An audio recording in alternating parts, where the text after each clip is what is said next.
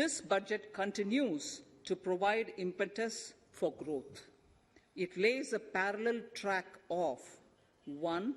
A blueprint for the Amrit Kal, which is futuristic and inclusive. This will directly benefit our youth, women, farmers, the scheduled castes, and the scheduled tribes. And number 2, big public investment. Number 2, big public investment for modern infrastructure, readying for India at 100. This shall be guided by PM Gati Shakti and be benefited by the synergy of multimodal approach. Moving forward on this parallel track, we lay the following 4 priorities: PM Gati Shakti, inclusive development, productivity enhancement and investment, sunrise opportunities, energy transition, and climate action, and 4, financing of investments.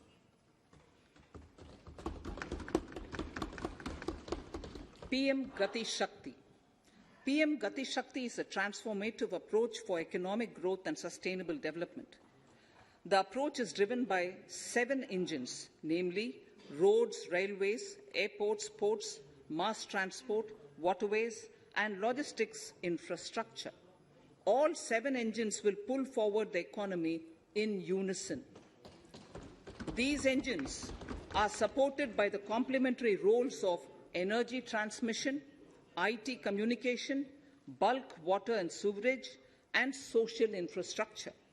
Finally, the approach is powered by clean energy and Sabka Prayas. The efforts of the central government, the state governments, and the private sector together, leading to a huge job and entrepreneurial opportunities for all, especially the youth. PM Gati Shakti Master Plan, National Master Plan. The scope of PM Gati Shakti National Master Plan will encompass the 7 engines for economic transformation, seamless multimodal connectivity, and logistics efficiency. It will also include the infrastructure development by the state governments as per Gati Shakti Master Plan. The focus will be on planning, financing, including through innovative ways, use of technology, and speedier implementation. The projects pertaining to these 7 engines in the national infrastructure pipeline will be aligned with PM Gati Shakti framework. The touchstone of the master plan will be world-class modern infrastructure and logistics synergy among different modes of movement, both of people and goods, and location of projects. This will help raise the productivity and accelerate economic growth and development. Road transport. PM Gati Shakti Master Plan for expressways will be formulated in 22-23 to facilitate faster movement of people and goods. The National Highways network will be expanded by 25,000 kilometers in 2022-23. 20,000 crores of rupees will be mobilized through innovative ways of financing to complement the public resources. The data exchange among all mode operators will be brought on unified logistics interface platform designed for application programming interface. This will provide for efficient movement of goods through different modes, reducing logistics cost and time, assisting just-in-time inventory management, and in eliminating tedious documentation. Most importantly, this will provide real-time information to all stakeholders and improve international competitiveness. Open source mobility stack for organizing seamless travel of passengers will also be facilitated. Contracts for implementation of multimodal logistic parks at 4 locations through PPP mode will be awarded in 22-23. Railways will develop new products and efficient logistics services for small farmers and small and medium enterprises, besides taking the lead in integration of postal and railways network to provide seamless solutions for movement of parcels. One station, one product concept will be popularized to help local businesses and supply chains.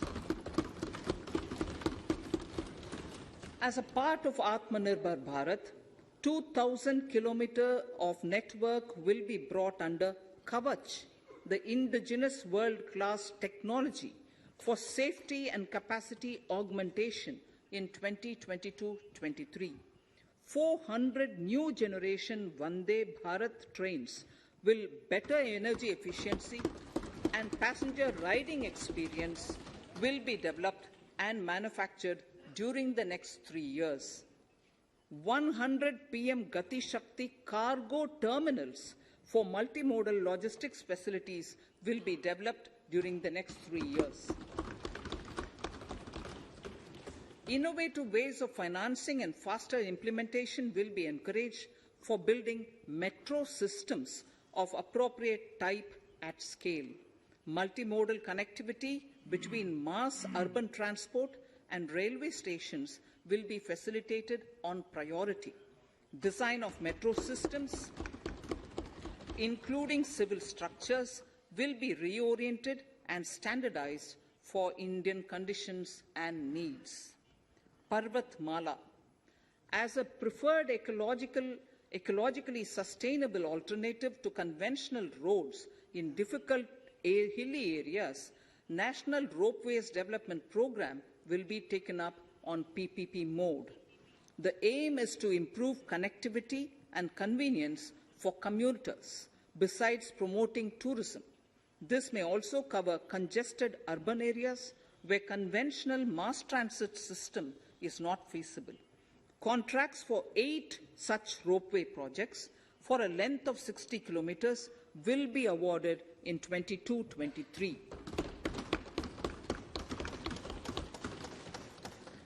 With technical support from the Capacity Building Commission, central ministries, state governments, and their infra agencies will have their skills upgraded.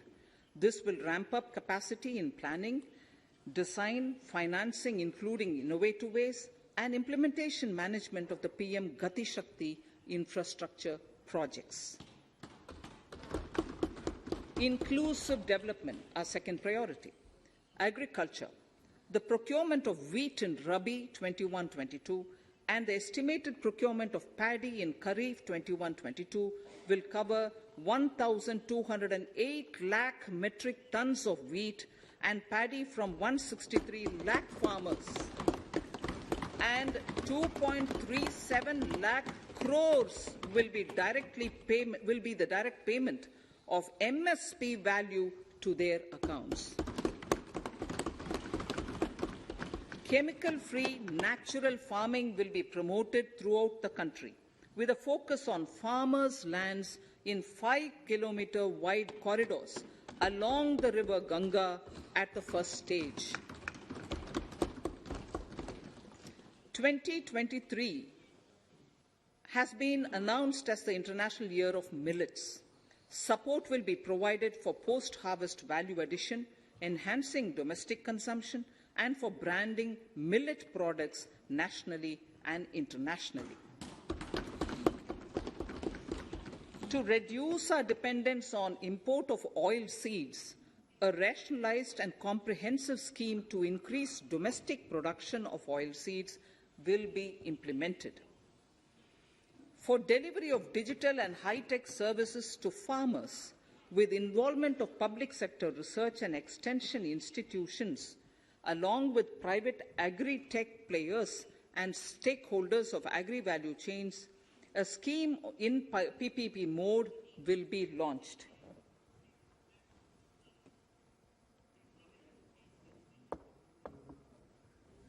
Use of Kisan drones will be promoted for crop assessment, digitization of land records, spraying of insecticides and nutrients. States will be encouraged to revise syllabi of agricultural universities to meet the needs of natural, zero budget, and organic farming, modern-day agriculture, value addition, and management. A fund with blended capital raised under the co-investment model will be facilitated through the NABARD. This is to finance startups for agriculture and rural enterprise relevant for farm produce value chain. The activities of these startups will include inter alia, support for FPOs, machinery for farmers on rental basis at farm level, and technology including IT-based support. The implementation of the Kane-Betwa link project at an estimated cost of 44,605 crores will be taken up. This is aimed at providing irrigation benefits to 9.0 lakh hectare of farmers' lands, drinking water supply to 62 lakh people, 103 megawatt of hydro, 27 megawatt of solar power, allocations of 4,300 crores of rupees in the RE 21-22 and 1,400 crores of rupees in 22-23 have been made for this project. Honourable Speaker, sir, draft DPRs for 5 river links, namely Daman-Ganga Pinjal, Par-Tapi Narmada, Godavari Krishna, Krishna Pennar, and Pennar Kaveri have been finalized. Once a consensus is reached among the beneficiary states, the Centre will provide support for their implementation. For farmers to adopt suitable varieties of fruits and vegetables and to use appropriate production and harvesting techniques, our government will provide a comprehensive package with participation of state governments. MSMEs, Udyam, eShram, NCS and ASEEM portals will be interlinked. Their scope will be widened. They will now perform as portals with live organic databases, providing G2C, B2C and B2B services. These services will relate to credit facilitation, skilling and recruitment with an aim to further formalize the economy and enhance entrepreneurial opportunities for all. Emergency Credit Line Guarantee Scheme has provided the much-needed additional credit to more than 130 lakh MSMEs. This has helped them mitigate the adverse impact of the pandemic. The hospitality and related services, especially those by micro and small enterprises, are yet to regain their pre-pandemic level of business. Considering these aspects, the ECLGS will be extended up to March 2023, and its guarantee cover will be expanded by 50,000 crores of rupees to total cover of 5 lakh crores.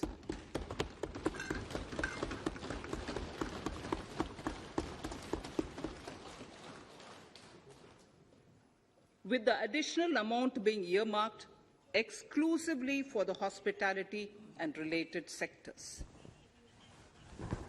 Credit Guarantee Trust for Micro and Small Enterprises, CGT-MSE, scheme will be revamped with required infusion of funds. This will facilitate additional credit of 2 lakh crore for micro and small enterprises and expand employment opportunities.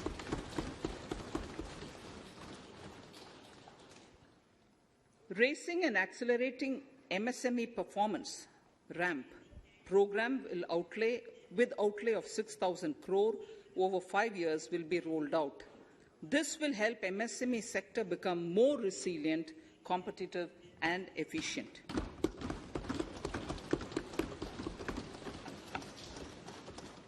Skilling programs and partnership with the industry will be reoriented. To promote continuous skilling avenues, sustainability, and employability, the National Skill Qualification Framework will be aligned with dynamic industry needs. Digital ecosystem for skilling and livelihood, the Desh Stack e-portal, will be launched.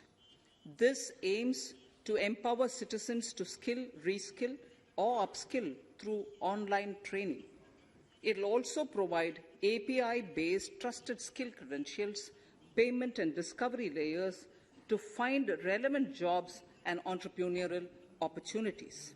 Startups will be promoted to facilitate Drone Shakti through varied applications and for drone as a service. In select ITIs in all states, the required courses for skilling will be started. Due to the pandemic-induced closure of schools, our children, particularly in the rural areas and those from scheduled castes and scheduled tribes and other weaker sections, have lost almost 2 years of formal education. Mostly, these are children in government schools. We recognize the need to impart supplementary teaching and to build a resilient mechanism for education delivery. For this purpose, One Class, One TV channel program of PM E-Vidya will be expanded from 12 to 200 TV channels. This will enable all states to provide supplementary education in regional languages for classes 1 to 12.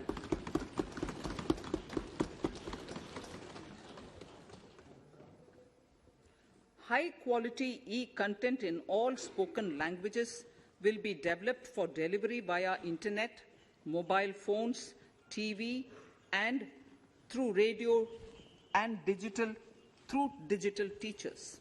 A competitive mechanism for development of quality e-content by the teachers will be set up to empower and equip them with digital tools of teaching and facilitate better learning outcomes. A digital university will be established to provide access to students across the country for world-class quality universal education with personalized learning experience at their doorsteps. This will be made available in different Indian languages and ICT formats. The university will be built on a networked hub and spoke model, with the hub building cutting-edge ICT expertise. The best public universities and institutions in the country will collaborate as a network of hub and spoke. An open platform for the national digital health ecosystem will be rolled out. It will consist of digital registries of health providers and health facilities, unique health identity, consent framework, and universal access to health facilities. The pandemic has accentuated mental health problems in people of all ages. To better the access to quality mental health counseling and care services, a national Tele mental health program will be launched. This will include a network of 23 Tele mental health centers of excellence, with NIMHANS being the nodal center, and International Institute of Information Technology, Bangalore, IIIT Bangalore, providing technology support. Recognizing the importance of Nari Shakti as the harbinger of our bright future and for women-led development, during the Amrit Kal, our government has comprehensively revamped the schemes of the Ministry of Women and Child Development. Accordingly, 3 schemes, namely Mission Shakti, Mission Vatsalya, Saksham Anganwadi and Poshan 2.0 were launched recently to provide integrated benefits to women and children. Saksham Anganwadis are a new generation Anganwadis that have better infrastructure and audio-visual aids, powered by clean energy and providing improved environment for early childhood development. 2 lakh Anganwadis will be upgraded under this scheme. Current coverage of Har Ghar Nal Se Jal is 8.7 crores. Of this, 5.5 crore households were provided tap water in last 2 years itself. Allocation of 60,000 crores of rupees has been made with an aim to cover 3.8 crore households in 2022 and 23. In 22-23, 80 lakh houses will be completed for the identified eligible beneficiaries of the PM Awas Yojana, both rural and urban. 48,000 crores is allotted for this purpose. The central government will work with the state governments for reduction of time required for all land and construction-related approvals, for promoting affordable housing for middle class and for the economically weaker sections in urban areas. We shall also work with the financial sector regulators to expand access to capital along with reduction in cost of intermediaries. A new scheme, Prime Minister's Development Initiative for the Northeast, will be implemented through the Northeastern Council. It will fund infrastructure in the spirit of PM or state schemes. While the central ministries may also post their candidate projects, priority will be given to those posted by the states. An initial allocation of 1,500 crores of rupees will be made, and the initial list of projects is given in Annexure 1 of my speech. Our vision to improve the quality of life of citizens in the most backward districts of the country through Aspirational Districts program has been translated into reality in a very short span of time. 95% of those 112 districts have made significant progress in key sectors such as health, nutrition, financial inclusion, and basic infrastructure. They have surpassed even some of the state average values.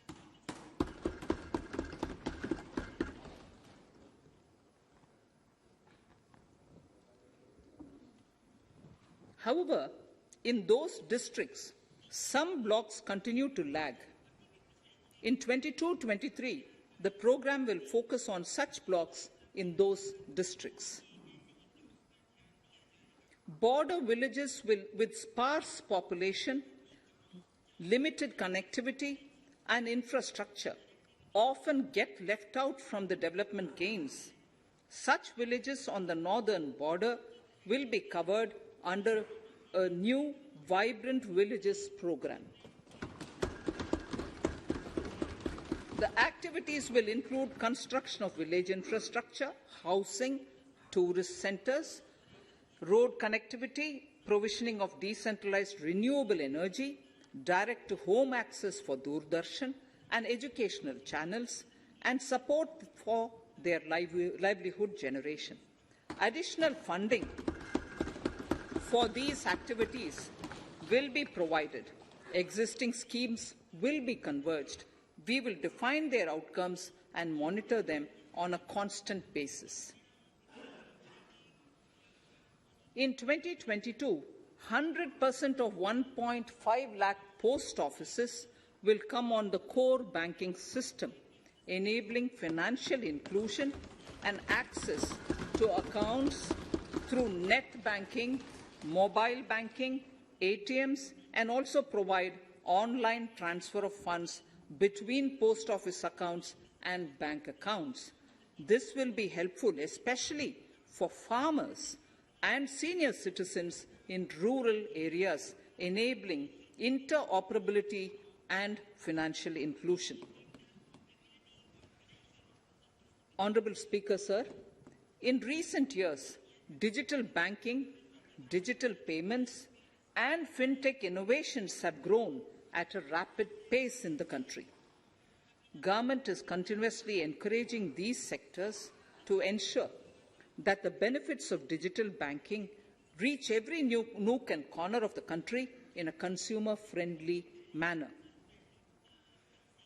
Taking forward this agenda and to mark 75 years of our independence, it is proposed to set up 75 digital banking units in 75 districts of the country by scheduled commercial banks. The financial support for digital payment ecosystem announced in the previous budget will continue in 22-23 as well. This will encourage further adoption of digital payments. There will also be a focus to promote use of payment platforms that are economical and user-friendly. Sir, I move to the next priority. In recent years, over 25,000 compliances were reduced and nearly 1,500 union laws were repealed. This is the result of our government's strong commitment for minimum government and maximum governance. 1,486 union laws were repealed. Our trust in the public and ease of doing business is what is highlighted here, sir. For the Amrit Kal, the next phase of ease of doing business 2.0 and ease of living will be launched. In our endeavour to improve productive efficiency of capital and human resources, we will follow the idea of trust-based governance. The new phase will be guided by an active involvement of the states, digitization of manual processes and interventions, integration of the central and state-level systems through IT bridges, a single-point access for all citizen-centric services, and standardization and removal of overlapping compliances. Crowdsourcing of suggestions and ground-level assessment of the impact with active involvement of citizens and businesses will be encouraged. A single window portal, Parivesh, for all green clearances was launched in 2018. It has been instrumental in reducing the time required for approvals significantly. The scope of this portal will be expanded to provide information to the applicants based on location of units. Information about specific approvals will be provided. It will enable application for all 4 approvals through a single form and tracking of the process through Centralized Processing Center Green, CPC Green. E-passports. The issuance of e-passports using embedded chip and futuristic technology will be rolled out in 22-23 to enhance the convenience for the citizens in their overseas travel. By the time of India at 100, nearly half our population is likely to be living in urban areas. To prepare for this, orderly urban development is of critical importance. This will help realize the country's economic potential, including livelihood opportunities for the demographic dividend. For this, on the one hand, we need to nurture the megacities and their hinterlands to become current centres of economic growth. On the other, we need to facilitate Tier 2 and Tier 3 cities to take on the mantle in the future. This would require us to reimagine our cities into centres of sustainable living with opportunities for all, including women and our youth. For this to happen, urban planning cannot continue with a business-as-usual approach. We plan to steer a paradigm change. A high-level committee of reputed urban planners, urban economists, and institutions will be formed to make recommendations on urban sector policies, capacity building, planning, implementation, and governance. For urban capacity building, support will be provided to the states. Modernization of building bylaws, town planning schemes, transit-oriented development will be implemented.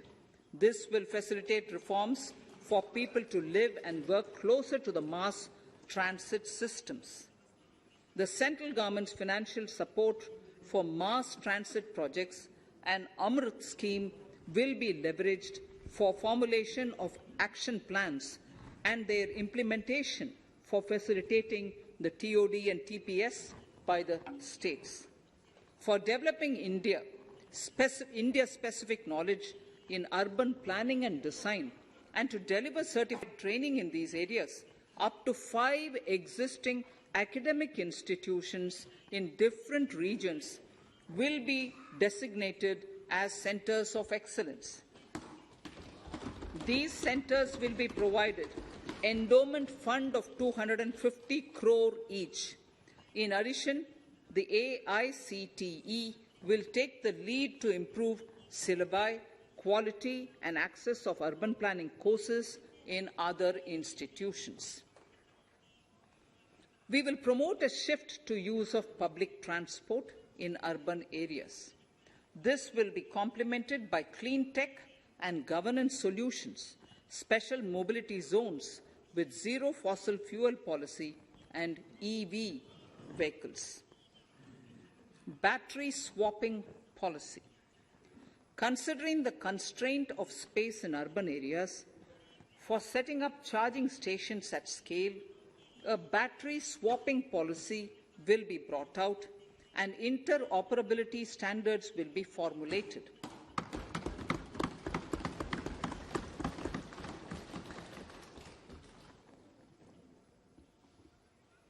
The private sector will be encouraged to develop sustainable and innovative business models for battery or energy as a service. This will improve efficiency in the EV ecosystem. Efficient use of land resources is a strong imperative. States will be encouraged to adopt unique land parcel identification number to facilitate IT-based management of records. The facility for transliteration of land records across any of the Schedule 8 languages will also be rolled out.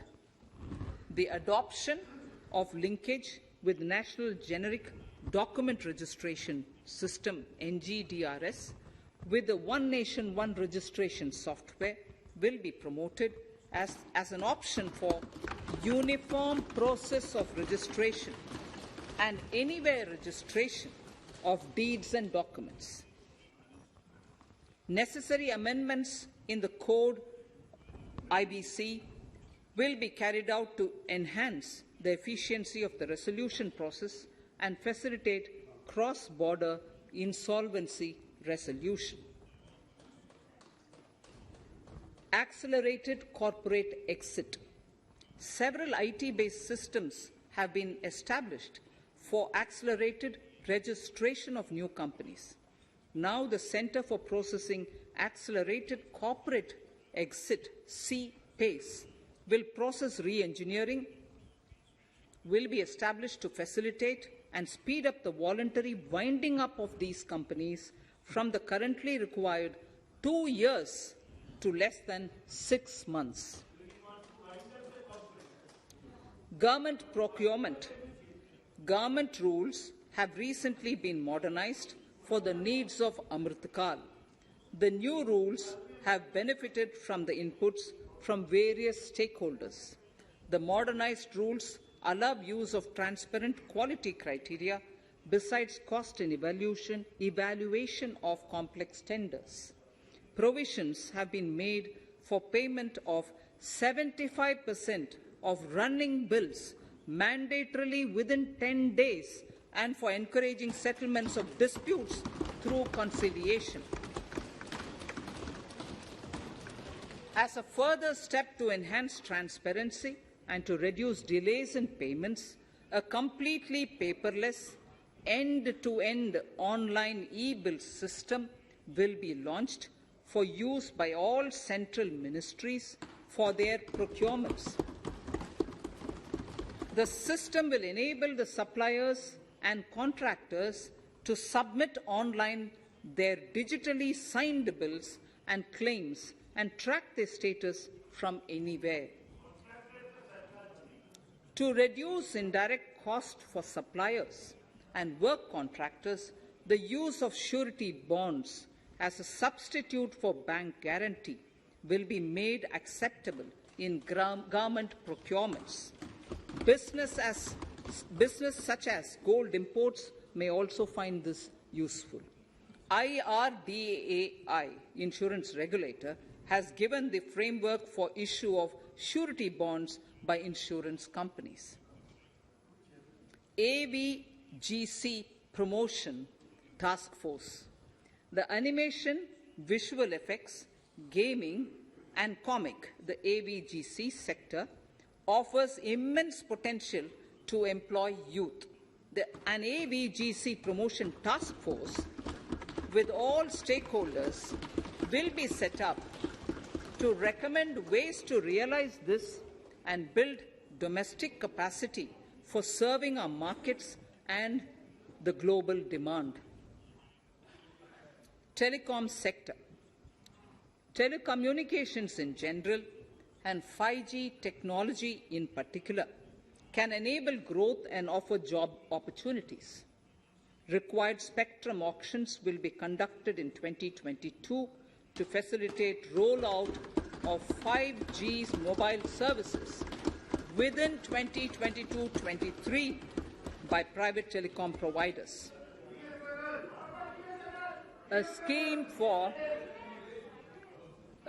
for design-led manufacturing will be launched to build a strong ecosystem for 5G as part of the production-linked incentive scheme. To enable affordable broadband and mobile service proliferation in rural and remote areas, 5% of annual collections under the Universal Service Obligation Fund will be allocated. This will promote R&D and commercialization of technologies and solutions. Our vision is that all villages and their residents should have the same access to e-services, communication facilities, and digital resources as urban areas and their residents.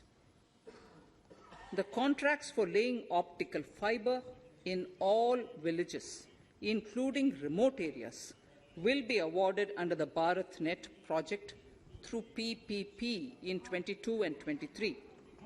Completion is expected in 2025. Measures will be taken to enable better and more efficient use of the optical fiber. Export promotion.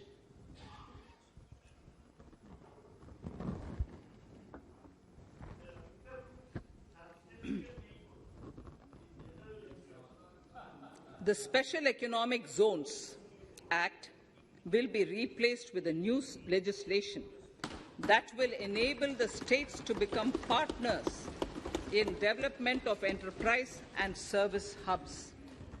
This will cover all large existing and new industrial enclaves to optimally utilize available infrastructure and enhance competitiveness of exports. Atmanirbharta in defense. Our government is committed to reducing imports and promoting Atmanirbharta in equipment for the armed forces. 68% of the capital procurement budget will be earmarked for domestic industry in 22-23, up from 58% in 21-22. Defense R&D will be opened up for industry, startups and academia with 25% of defence R&D budget earmarked. Private industry will be encouraged to take up design and development of military platforms and equipment in collaboration with DRDO and other organizations through SPV model. An independent nodal umbrella body will be set up for meeting wide-ranging testing and certification requirements.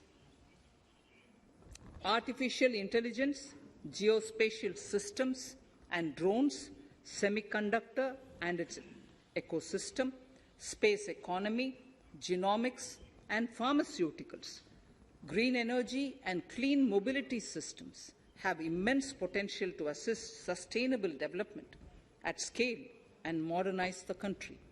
They provide employment opportunities for our youth and make Indian industry more efficient and competitive. Supportive policies, light touch regulations, facilitative actions to build domestic capacities and promotion of research and development will guide the government's approach. For R&D in the sunrise opportunities, in addition to efforts of collaboration among academia, industry and public institutions, government contribution will be provided. Energy transition and climate change. The risks of climate change are the strongest negative externalities that affect India and other countries. As Honourable Prime Minister said at the COP26 summit in Glasgow last November, and I quote, "What is needed today is mindful and deliberate utilization instead of mindless, destructive consumption," unquote. The low-carbon development strategy, as enunciated in the Panchamrit that he announced is an important reflection of our government's strong commitment towards sustainable development. The strategy opens up huge employment opportunities and will take the country on a sustainable development path. This budget proposes several near-term and long-term actions accordingly. Solar power. To facilitate domestic manufacturing for the ambitious goal of 280 gigawatts of installed solar capacity by 2030, an additional allocation of 19,500 crores for PLI, production-linked incentive, for manufacturing of high-efficiency modules with priority to fully integrate manufacturing units from polysilicon to solar PV modules will be made. Honourable Speaker, sir, the circular economy transition is expected to help in productivity enhancement as well as creating large opportunities for new businesses and jobs. The action plans for 10 sectors such as electronic waste, end-of-life vehicles, used oil waste, toxic and hazardous industrial waste are already ready. The focus will now be on addressing important cross-cutting issues of infrastructure, reverse logistics, technology upgradation, and integration with informal sector. This will be supported by active public policies covering regulations, extended producers' responsibilities, framework, and innovation facilities. 5 to 7% biomass pellets will be co-fired in thermal power plants, resulting in carbon dioxide savings of 38 MMT annually. This will also provide extra income to farmers and job opportunities to locals and help avoid stubble burning in agricultural fields. Saving energy is an important aspect of the energy management. Hence, energy efficiency and savings measures will be promoted. This will be done in large commercial buildings through the energy service company business model. It will facilitate capacity building and awareness for energy audits, performance contracts and common measurement of and verification protocol. 4 pilot projects for coal gasification and conversion of coal into chemicals required for the industry will be set up to evolve technical and financial viability.